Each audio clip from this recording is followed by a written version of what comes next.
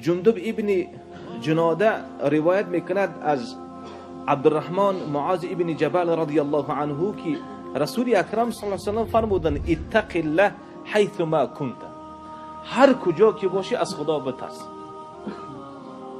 در خانتی از خدا بترس، در بازاری از خدا بترس، در مسجدی از خدا بترس، در سفری از خدا بترس، در حضری از خدا بترس، در همه امور از خداوند بترس. یعنی چی؟ از خداوند این را بترس که الله سبحانه و تعالی مرا نظارت کرده است، مرا دیده است، اگر کاری بد بکنم الله جزای بد میدهد، اگر کاری نیک بکنم الله سبحانه و تعالی جزای نیک میدهد. در بدل نیکی نیکی هست. رسول معظم فرمودند واتبع السیئات الحسنه تمحوها. اگر رفت فرزن اگر گناه کردی گناهت را تیز به نیکی از بین ببر، زیرا اینکه نیکی ها بدی ها را از بین میبرد. نیکی ها بدی ها را از بین میبرد. و خالق الناس بخلق الحسن، تو به مردم با یک اخلاق نکویی قطعی معامله بکن. با مردم دغلانه صحبت نکن، با مردم دغلانه نظر نکن، با مردم متکبرانه نظر نکن، بلکه با یک شکستگی، با یک تواضع، با یک برادری با اون قطعی تو معامله بکن، با اخلاق نیک قطعی. اکثر جنتیان داخل جنت میشوند به سبب اخلاقشون، به سبب اخلاق، به سبب کردار خوبشون، به سبب معامله خوبشون، به سبب گفتار خوبشون انسان به درجه جنتی میرسد که به اون درجه عالی هر کس هم نرسیده است. اخلاق نکو. زیرا اینکه دین من و شما اسلام سر تا پا اخلاق است. دین سر تا پا اخلاق است. دین اسلام از بدی ها بدش می آید. دین اسلام مسلمانان را تعلیم می دهد که اخلاقت چونین نیک باشد، گفتارت هم نیک باشد، کردارت هم نیک باشد. حتی در راه که می روی اخلاق مسلمانی خودت را، نشانه اسلام خودت را نمایش بده. چه خیلی نمایش بده؟ در راه که رفتی نظرت را پایان کرده راه بره. هر یک در خانه را نگاه کردن نره. با ناموس کس نظر نکن. یک قانون بگم تا چی مقداری که نظر نکردی همون مقدار بیشتر نظر نمیکنن بر ناموست. باور کن این قاعده هسته که چی مقداری که نظر کردی قطعی نظر او کی باشد همون مقدار نظر میکنن. تو بگو که نظرش نمیکنن، نه نظرش میکنن. همین تا با فرصت ها می آید که با دست خودت میگیری بیرونش میبرانی به نمایش مرد. برای خاطر الله سبحانه و تعالی اسلام را سر تا پا اخلاق نیک بیان کرده است. سر تا پا اخلاق نیک. و انسان را فرمودن که ای انسان و هو معکم اینما کنتم. الله سبحانه و تعالی در سوره حدید میفرماید و هو معکم اینما کنتم.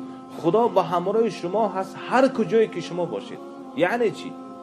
یعنی این که در هر کجایی که باشی خدا تو را میبیند. وقتی که انسان اگر در ایمانش این سه تا صفت را در خودش جا بکن، دروغ نمیگو، غیبت نمیکنی، حسد نمیورزی، دزدی نمیکنی، زیناکاری نمیکنی، اخلاقت را اخلاق بدی نمیکنی، اخلاقت را درست میکنی. برای چی؟ برای که میگو که خدا مرا دیده است. قبل از این که خیانت بکنم خدا مرا میبیند. خداوند حرکات چشمان مرا میبیند. خداوند حرکات دل مرا میبیند. خداوند از حرکات دل من با خبر است. وقتی که انسان چنین صفت را در خودش جا کرد، اون گناه نمیکند، اون خیانت نمیکند، اون بدی نمیکند، اون اخلاقش رو اخلاقی بدی نمیکند. برای چی؟ میگه که خدا دیده شده است، چرا ما این کارا بکنم؟ خدا شنیده شده است. یک انسان را غیبت میکنی، اون نشنوید، اون نشنوید، اما الله شنیده شده است جل جلاله. الله میشنود، الله میبیند. برای این خاطر خداوند فرمودن و هو معکم اینما کنتم، هر کجایی که شما باشید خدا با همراه شما هستند، شما را میبیند. یعلم خائنة الاعین و ما تخفی الصدور. انا گپی ما برآمد. الله سبحانه و تعالی خیانت چشم ها را هم میبیند. در یک جا یک کس با چشمت اشاره کردی، انا همین خیانت چشم است. فهمیدی؟ با چشم اشاره میکنه. میکنیم کو؟ نمیکنیم، میکنیم. خائنة اعین و ما تخفی الصدور. الله سبحانه و تعالی از خیانت های چشم با خبر است. تو با او کسی که اشاره میکنی او سرش پایان است، تو خیال میکنی که او نمیبیند، بلکه الله اون میبیند کو.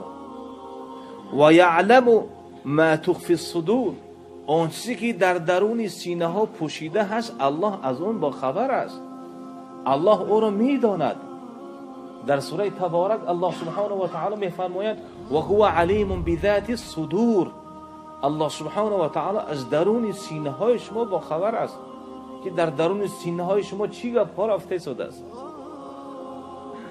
چی حرکت ها رفته شده است. الله از این با خبر است، با خبر است. برای خاطر انسان این سه صفت را در خودش جایگیر کند، اون هرگز گفته معصیت کاری نمیکند.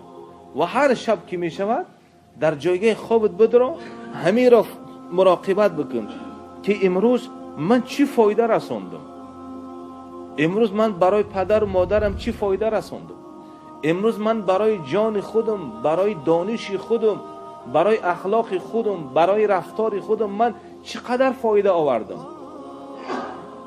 مراقب، همیشه مراقب باش هر شب که امروز من چی فایده رسوندم برای خودم و برای مردم و برای جامعه. اگر برای خودت فایده نرسوندی، برای مردم فایده رسونده نتونستی، برای وطنت اگر فایده نرسوندی، پس بدان که تو به هیچ درد نمیخوری، از دست تو فایده نمیبرآمده است.